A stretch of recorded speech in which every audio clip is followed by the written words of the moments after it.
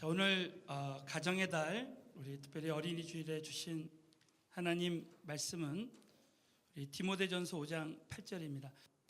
우리 그 주일에 처음 오신 우리 새가족들을 위해서 우리 주보 안에 보시면 하늘색 설교 개요가 있습니다.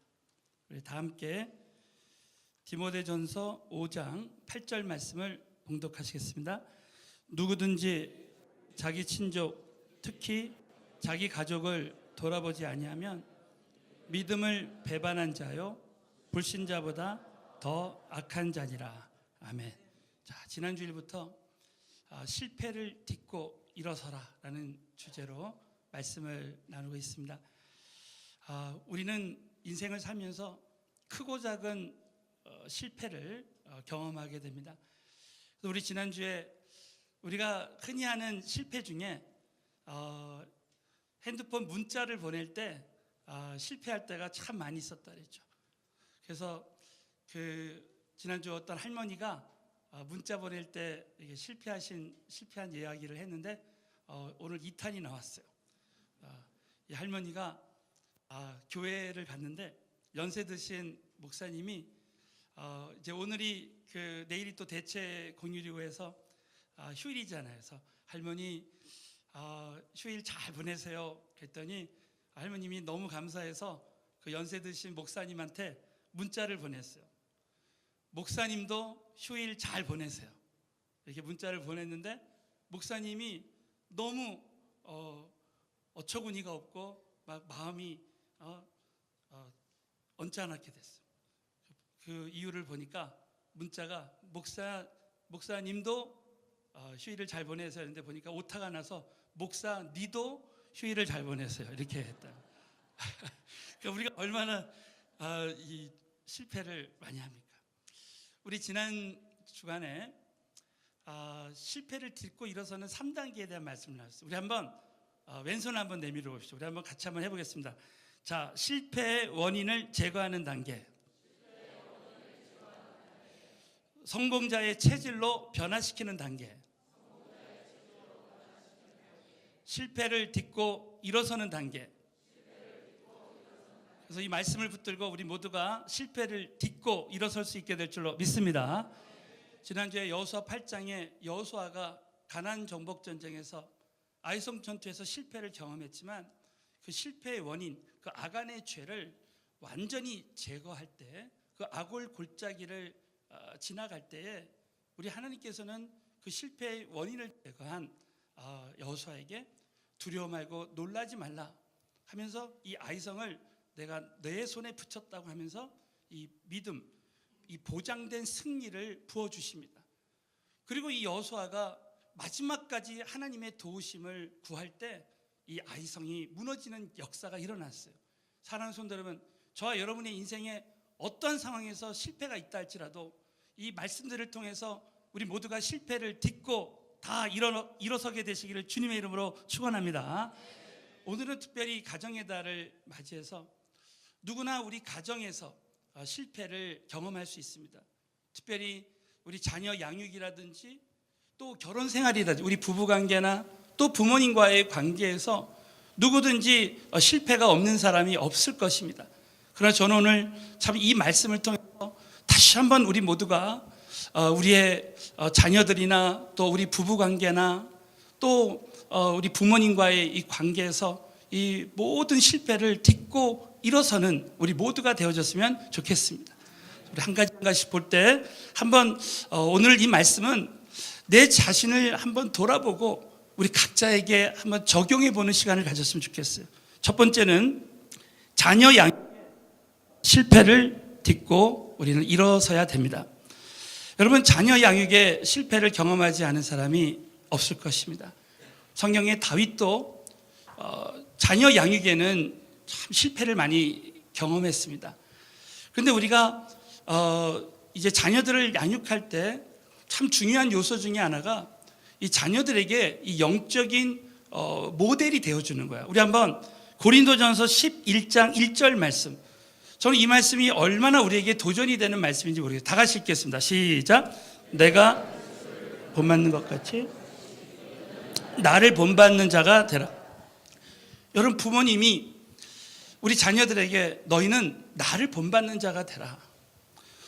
여러분 이 교육학의 원리 중에 우리가 가르치는 대로만 배우는 것이 아니라 본대로 배운다고 했습니다. 저는 어느 날 이 자녀의 영성이 바로 부모의 영성이다 라는 그 말을 들었을 때 굉장히 도전이 되었습니다. 여러분 지금 자녀들의 그 신앙의 현주소가 바로 이 부모의 신앙의 현주소라는 거예요.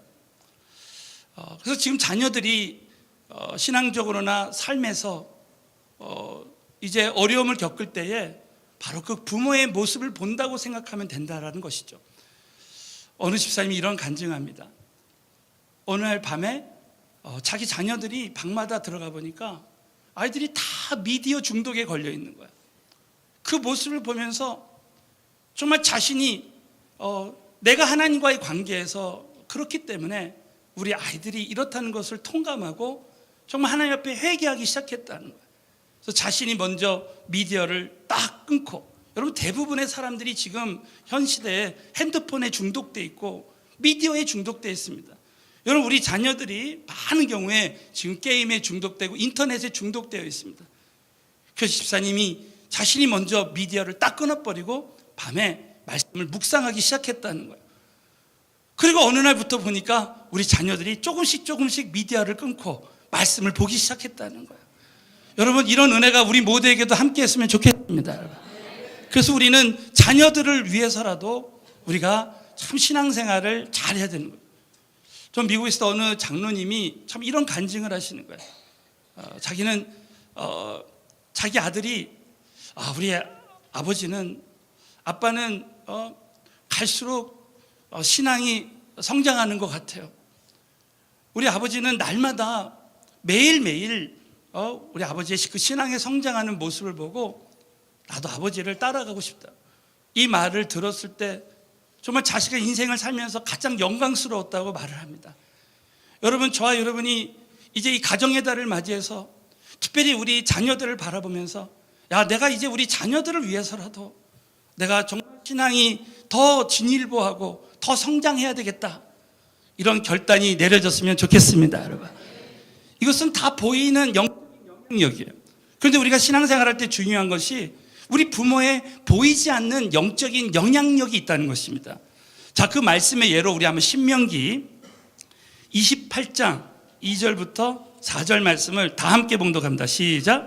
내가 내 하나님 여호와의 말씀을 순종하면 이 모든 복이 내게 임하며 내게 미치리니 내 몸의 소생과 새끼가 복을 받을 것이요. 이 말씀이 그대로 성취됐으면 좋겠습니다. 우리 이 말씀에 보면 우리 부모님들이 하나님 말씀에 순종할 때 4절에 보면 내 몸의 소생이 복을 받는다는 거예요. 여러분 우리 몸의 소생이 무슨 뱃속에 있는 아이가, 아니 갓 태어난 아이가 무슨 의지, 무슨 믿음이 있겠습니까? 그런데 그 부모가 하나님 말씀에 순종할 때 우리 자녀들이 그 몸의 소생이 복을 받는다는 거예요. 여러분이 이 말씀은 우리 청년들은 나의 영적 자녀에게 적용을 하면 되는 것입니다. 우리 목자님들이 하나님 말씀에 순종할 때 우리 목원들이 복을 받을 수 있는 것이죠.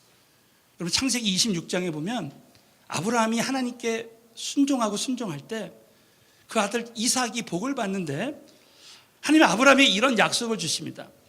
이 모든 땅을 내 자손에게 준다는 거예요. 그리고 너희 자손으로 인해서 천하 만민이 복을 받는다는 거예요. 부모님 때문에, 부모님이 아브라함이 하나님께 순종할 때 그 자식이 이 모든 땅을 받고 또 그 자손을 인해서 천하 만민이 복을 받는 은혜를 부어주신다는 거예요.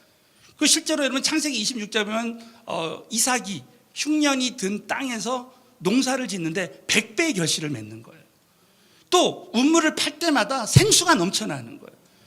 정말 이 시대에 아무리 영적인 기근이 오고 흉년이 오고 불황이 와도 우리 부모님들이 하나님 말씀에 순종할 때 우리 자녀들에게 이런 이삭에게 주신 복이 임했으면 좋겠습니다. 여러분.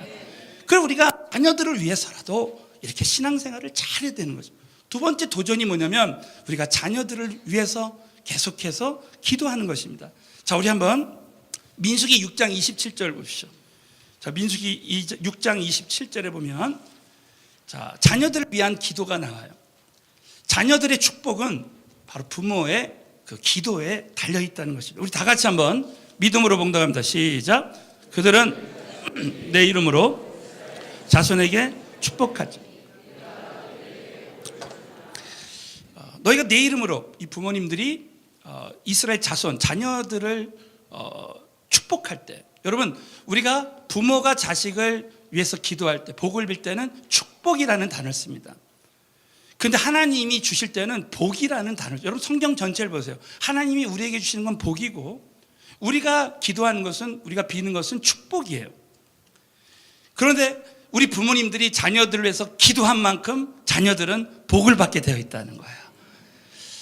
저는 참 잊을 수 없는 그 간증 중에 하나가, 우리가 신학교에 가면 초대 교회사를 이렇게 배우는데 성 어거스틴에 대해서 배웁니다.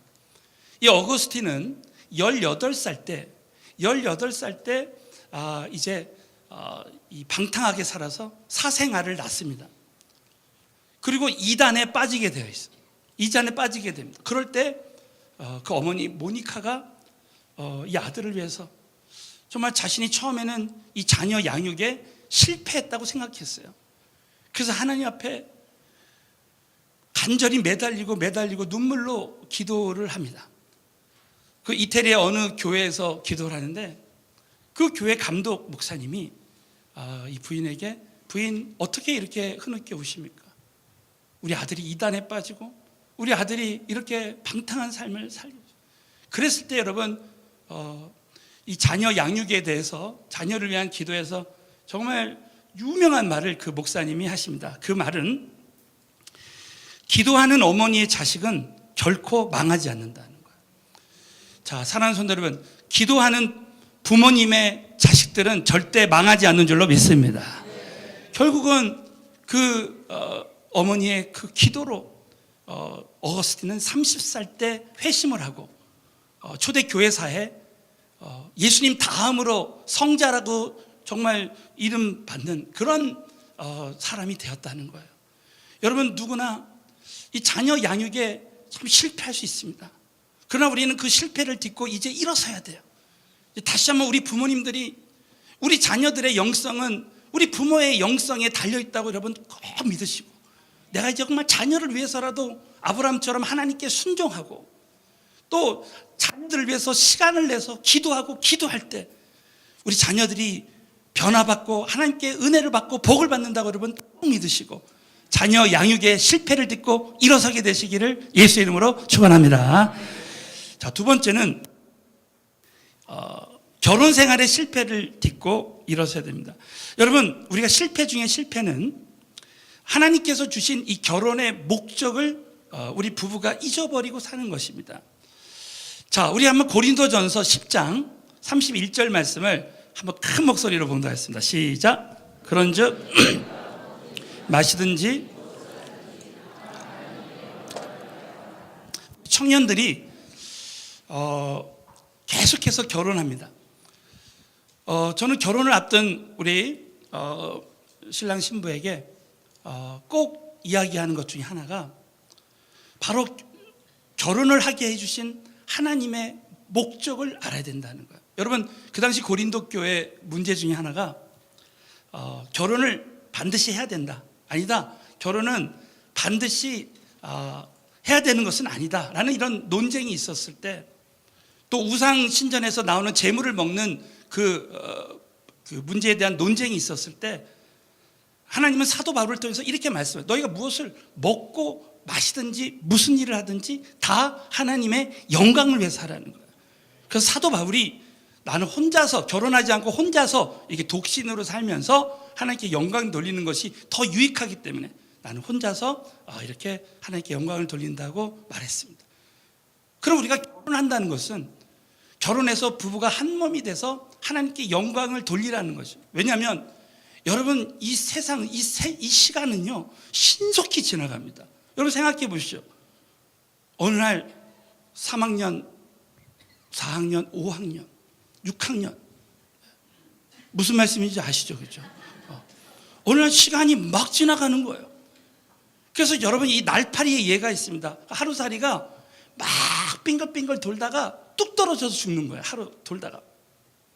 근데 한 날파리를 관찰해 봤더니 뱅글뱅글 도는 그 날파리를 따라서 무의미하게 돌다가 뚝 떨어져 죽더래요. 여러분, 그렇게 사는 인생이 우리의 인생이 될 수 있습니다. 남들이 학교 가니까 학교 가고, 남들이 결혼하니까 결혼하고, 또 결혼해서 애를 낳으니까 나도 애를 낳고, 또 그 애가 애를 낳으면 그 손자 손녀 보다가 죽는 인생이 우리의 인생이 될 수 있다는 거예요. 여러분, 절대 우리의 인생은 그렇게 끝나면 안 됩니다. 이 땅에서 우리의 시간과 열정과 모든 것을 하나님의 영광을 위해서 쓰임 받다가 영원한 면류관의 주인공이 다 되었으면 좋겠습니다. 여러분, 우리는 하늘의 그 영원한 상을 바라보고 살아가야 돼요. 그러니까 이 부부가 비전을 가지고 이 공동의 이 목적을 가지고 사는 게 얼마나 중요한지 모릅니다. 여러분, 지금 혼자 되신 분들은 정말 사도 바울처럼 혼자서 하나님께 영광 돌리는 거예요. 그러나 여러분, 지금 배우자 중에 한 사람이 믿지 않는 사람이 있으면 우리가 정말 함께 예수 믿고 같은 비전을 갖기 위해서 우리는 기도해야 됩니다. 그 이유가 우리가 공동의 비전을 갖고 사는 것이 얼마나 중요한지 몰라요. 우리 김광신 목사님 어제 참 이 터키 갔다 오시고 모스크바 갔다 오늘 건강하게 도착하셨어요. 어제 제가 공항에 이제 다녀오시고 공항에서 오셔서 제가 식사를 이렇게 모셨는데 우리 두 네 분이 함께 하나님께 영광을 돌리는 거예요. 두 분이 하나님께 큰 면류관의 주인공이 되는 줄로 믿습니다. 저는 우리 목사님 하신 말씀 중에 참 잊지 못하는 게 우리가 공동의 비전을 가지는 게 얼마나 중요한 건가.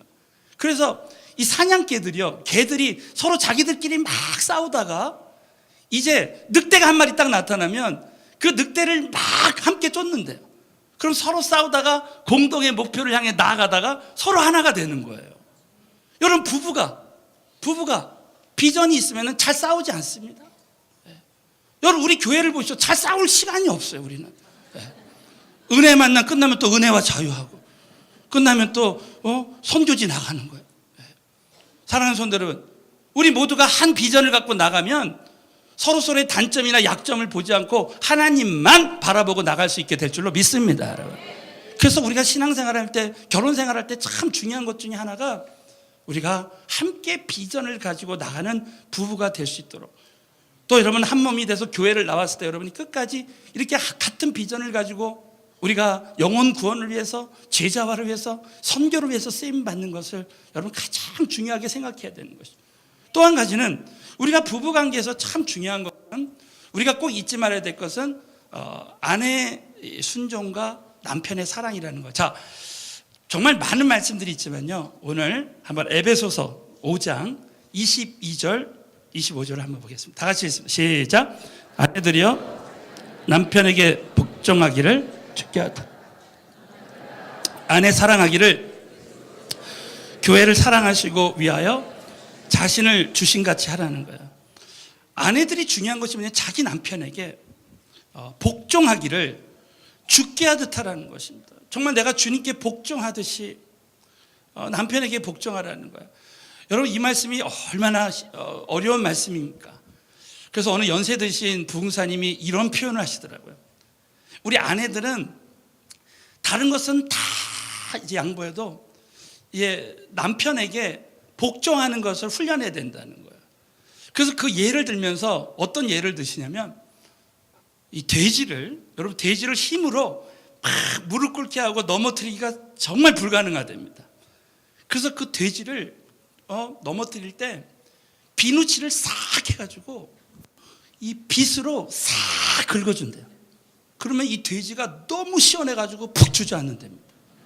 그리고 이렇게 쓰러진대요. 이런 돼지 같은 것이 남편이라고 얘기를 하는 거야. 이건 내가 그런 게 아니라 그 목사님이 그렇게 얘기해요. 그러니까 아내들이 다른 건 몰라도 남편에게 복종하는 척이라도 하라는 거야. 그게 뭐냐면 바로 남편의 권위를 세워주는 거야.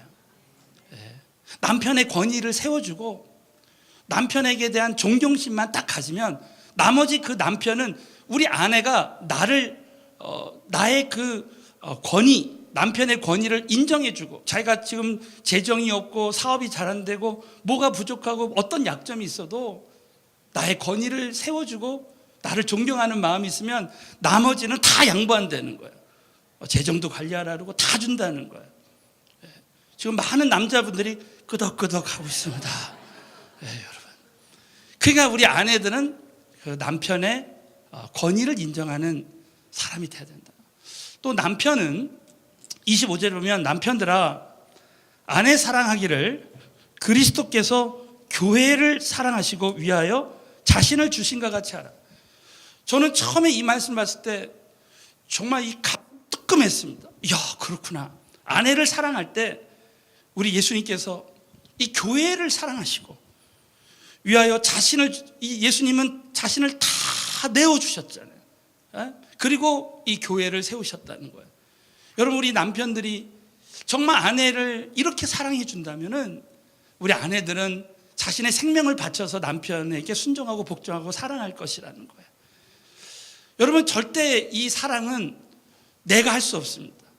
우리가 성령 충만하고 하나님 말씀에 순종할 때 우리는 아내를 사랑할 수 있는 거예요.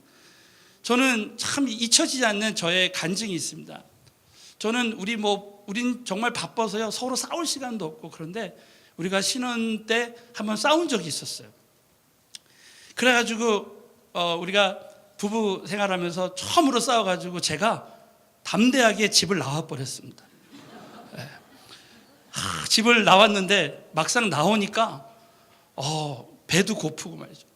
그때 제일 후회했던 게 밥이라도 먹고 나올 걸 하는 생각이 들었어요. 그런데 정말 부부싸움을 한번 하니까 해보시면 알겠지만 저는 그런 경험은 처음이에요. 정말 지옥 같더라고요.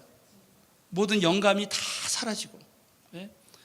사실 그날은 제가 그 다음 날이 이제 제가 탈벗 신학교를 이제 미국 신학교를 다니던 때여서 그 당시 설교학을 이제 듣고 있었는데 그 다음 날이 영어로 설교를 준비해서 이제 설교를 프레젠테이션 해야 돼요. 우리 학생들한테 교수님 앞에서 영어로 설교를 해야 되는 거예요.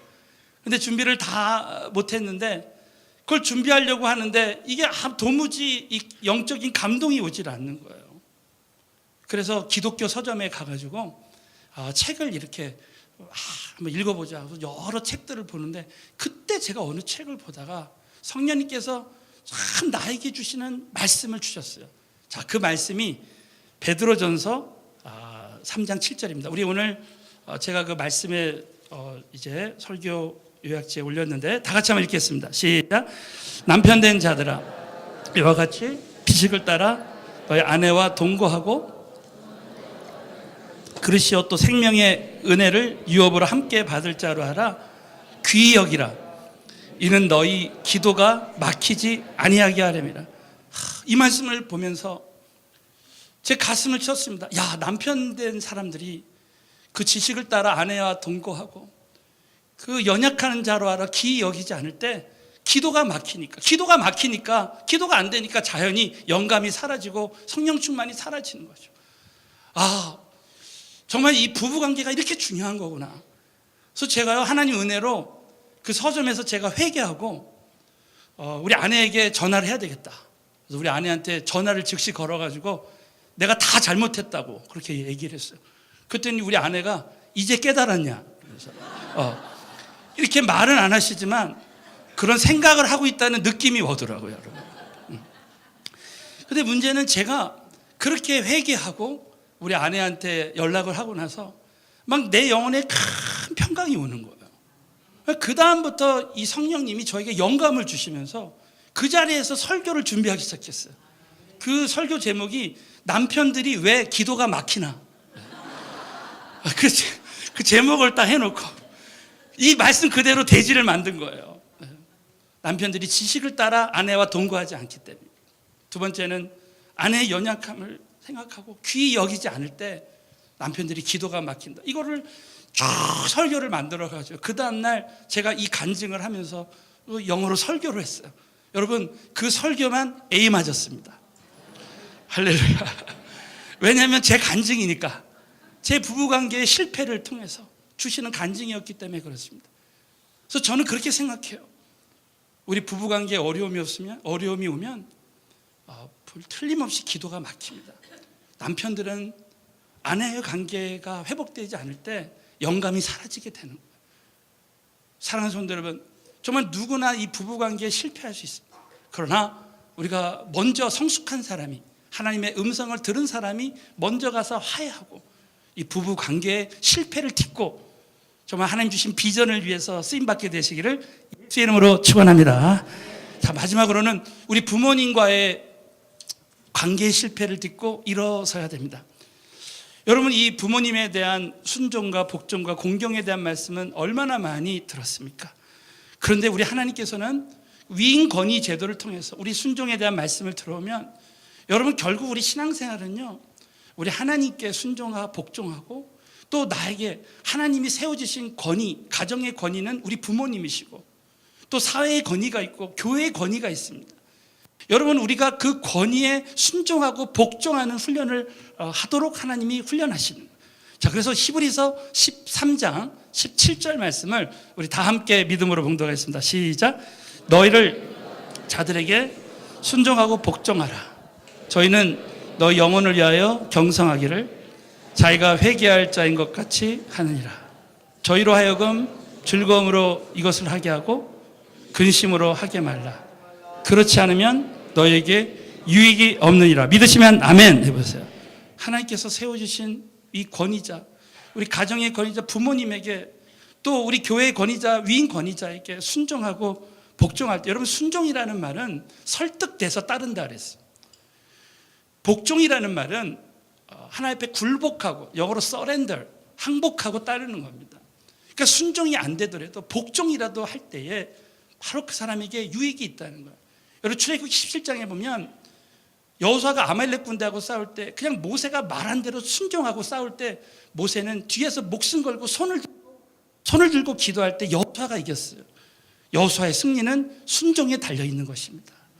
여러분, 저와 여러분이 정말 우리 부모님에게 순종하고 복종하고, 그리고 오늘 이 말씀에 보면 즐거움으로 하게 하고 근심으로 하지 말게. 절대 여러분, 우리가 부모님을 근심하게 하면 안 됩니다. 그래서 우리가 부모님을 즐거움으로 하게 할 때 반드시 그 사람에게 유익이 있어요. 여러분, 지나고 보면 우리 부모님이 하신 말들이 틀린 말이 없어요. 어른에게 순종할 때, 부모님에게 순종할 때 반드시 그 사람에게 복이 있습니다. 제가 어제도 우리 청년들 중에 배우자를 놓고 기도하는 사람한테 절대 부모님이 반대하는 결혼하면 안 된다. 부모님이 예수님 믿을 때 함께 그 배우자 기도를 할 때 이 응답의 비는 다 같이 내리는 거예요. 그 응답이 부모님에게도 임하고 또 위인 권위자에게 임하고 하나님 살아계시니까 나에게도 임한다는 거예요.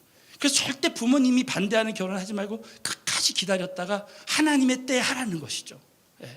사랑하는 성도 여러분, 결국 부모님에게 순종하는 자에게 유익이 있는 줄로 믿습니다.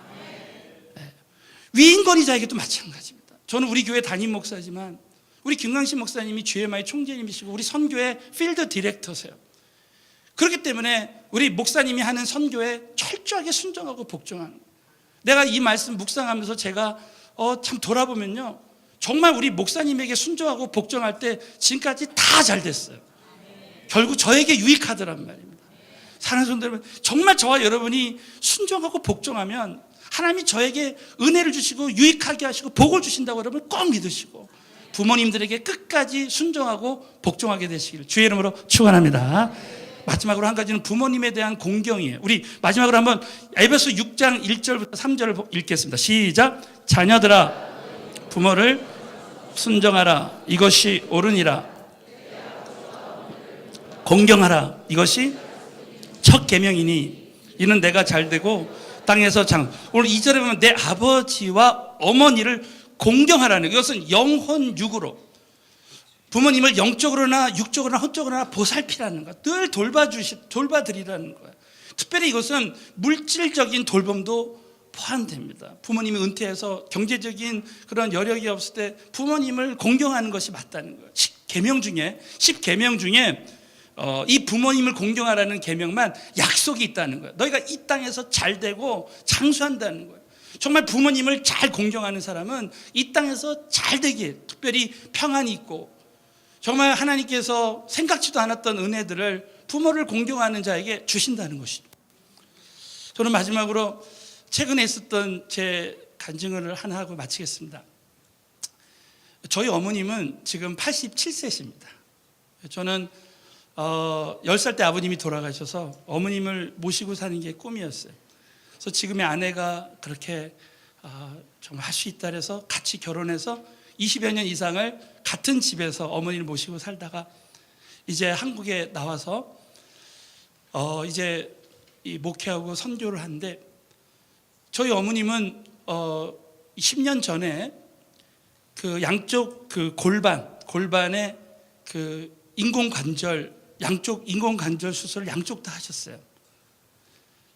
그런데 최근에 작년에 오른쪽 관절에 염증이 생겨서 그 인공관절을 떼어내게 됐습니다. 그 관절이 없이 지내게 된 거예요. 걸을 수가 없게 됐고, 그리고 요양병원에 누워 계시게 됐습니다. 그 얘기를 듣고 제가 너무 마음이 아팠어요.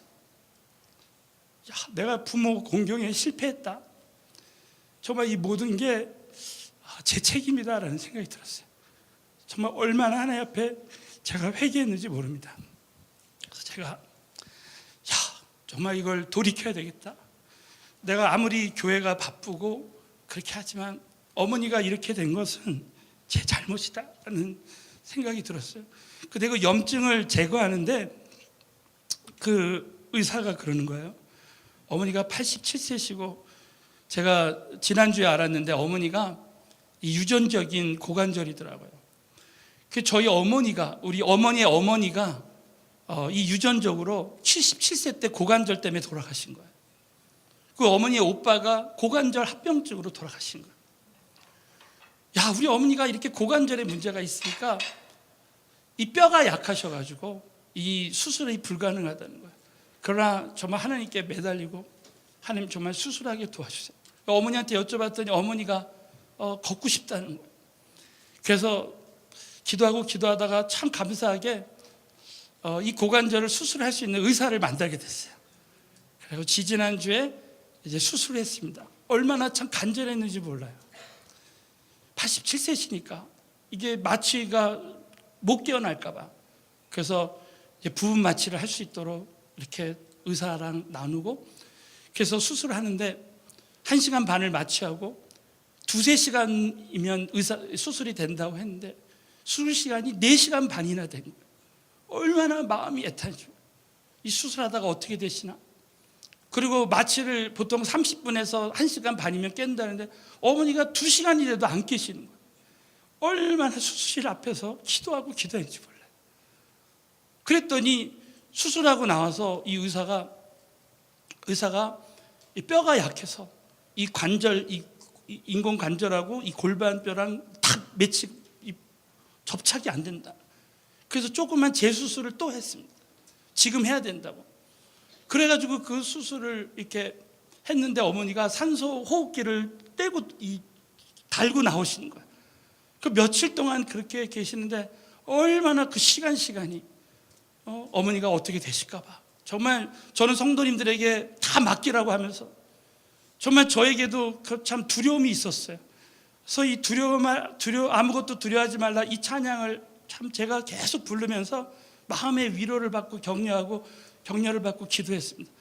그런데 어느 날 제가 지난주에 새벽에 기도하는데 에스겔서에 그 마른 뼈가 살아나는 장면을 보여주면서 정말 우리 어머니의 그 뼈도 하나님 살아나게 도와주시옵소서. 그리고 새벽 기도 끝나며 가서 어머니 그 고관절에 손 얹고 안수하고 계속 기도했어요. 하나님 도와달라고. 그랬더니 어머니가요 며칠 전에 산소호흡기하고 다 떼버렸습니다. 그리고 의사가 어제 이제 정상이 되어서 이틀 후에 태어날 수 있게 됐다 그래요. 자, 어머니가 그 산소호흡기가 이렇게 떼어졌을 때 정말 하나님께서 저에게 그런 마음을 주셨습니다. 내가 부모 존경에 대해서 그 실패를 통해서 제가 회개하고 그렇게 하나님 앞에 하나님의 도우심을 구했을 때 하나님께서 내가 여기 있다 이렇게 위로해 주시는 것 같았어요. 이번에 다시 한번 깨달았습니다. 우리가 참 부모 공경에 때로는 실패했다고 생각할 수 있어요. 그러나 우리 자식들이 돌이키고 정말 하나님께 기도하면 우리 부모님들을 그 부모 공경에 정말 그 실패를 다 딛고 우리 모두가 일어설 수 있게 될 줄로 믿습니다. 사랑하는 성도 여러분, 우리 가정의 달을 맞이해서 우리 모두가 이 자녀 양육의 실패, 또 결혼 생활의 실패, 이 부모님과의 관계의 실패를 다 딛고 믿음으로 다시 일어나 서게 되시기를 우리 주님의 이름으로 축원합니다.